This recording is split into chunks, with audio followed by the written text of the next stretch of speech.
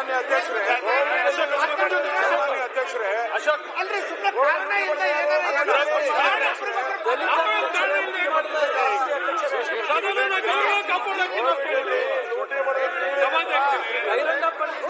ಸದನದ ಗೌರವವನ್ನು ಕಾಪಾಡಲಿಕ್ಕೆ ಅಶೋಕ್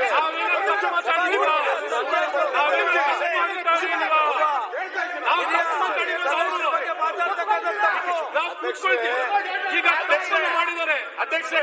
ಅಶೋಕ್ ಒಂದು ನಿಮಿಷ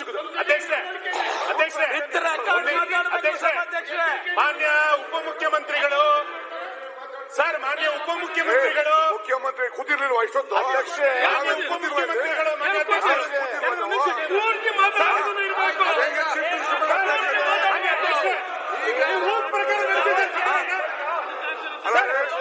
ಮಾನ್ಯ ಅಧ್ಯಕ್ಷರೇ, ಸರ್ ಅವರು ನೀವು ಇವ್ರ ಹೆಸರನ್ನ ಹೆಂಗ್ ಬಳಕೆ ಮಾಡ್ಕೊಂಡ್ರು? ಒಬ್ರು ಮಾತಾಡಿ. ಅವ್ರ ಹೆಂಗ್ರಿ ಚೀಫ್ ಮಿನಿಸ್ಟರ್ ನೋಟಿಸ್ ಕೊಡಬೇಕಿತ್ತು.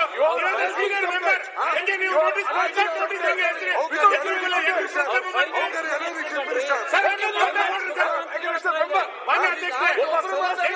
ಹೆಸರು ತಗೊಂಡು ನೋಟಿಸ್ ಕೊಡಬೇಕಿತ್ತು ನೀವು?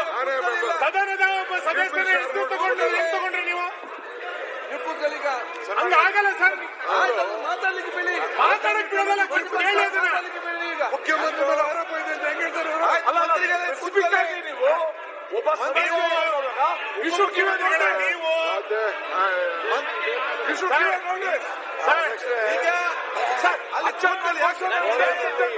ಮಾಡ್ಬೋದು ಅಂತ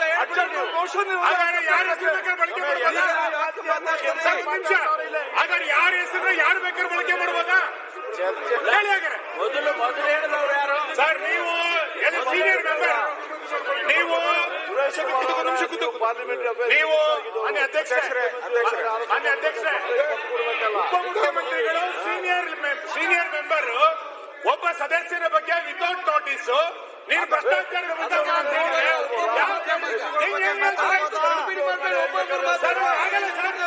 ನೀವು ಸದಸ್ಯರ ರಕ್ಷಣೆ ಬರಬೇಕು. ಖುಷಿ ಬಂದಾಗ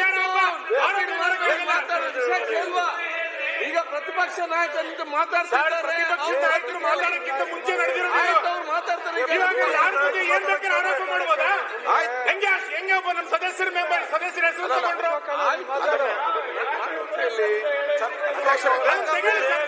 ನಾಯಕರು ಮಾತಾಡಿ ಎಲ್ಲ ಮಾತಾಡಲಿ ಬಿಡ್ರಿ. ಯಾರ ಹೆಸರು ಬಳಕೆ ಮಾಡ್ಬೋದಾ? ನಾನು ನಿಮ್ಮ ಹೆಸರು ಬಳಕೆ ಮಾಡ್ಬೋದ? ನಾನು ಸ್ವಾಮಿ ಆಯ್ತು. ಭ್ರಷ್ಟಾಚಾರದ ಆಪರೇಷನ್ ನಾವು ಅಟೆಂಡ್ಮೆಂಟ್ ಮೋಷನ್ ಕೊಟ್ಟು ಚರ್ಚೆ ನಡೀತಾ ಇದೆ.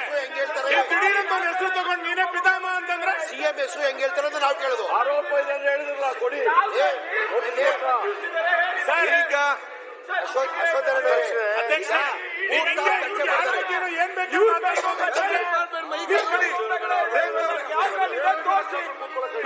ನೀವೆಲ್ಲ ಕೇಳಕ್ಕೆ ಕೂತ್ಕೊಂಡು ಯಾಕಂದ್ರೆ ನಾವಿಲ್ಲಿ ನೀವೆಲ್ಲ ಕೇಳ್ಬೇಕು.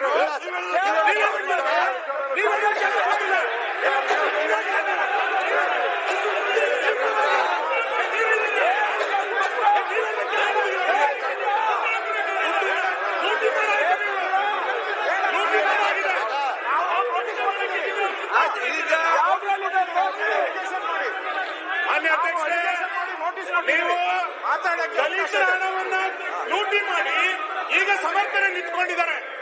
ನಾಚಿಕೆ ಆಗಬೇಕು ಇವರಿಗೆ. ಸಮರ್ಥನೆ ಮಾಡ್ಕೊಳ್ಳೋಕೆ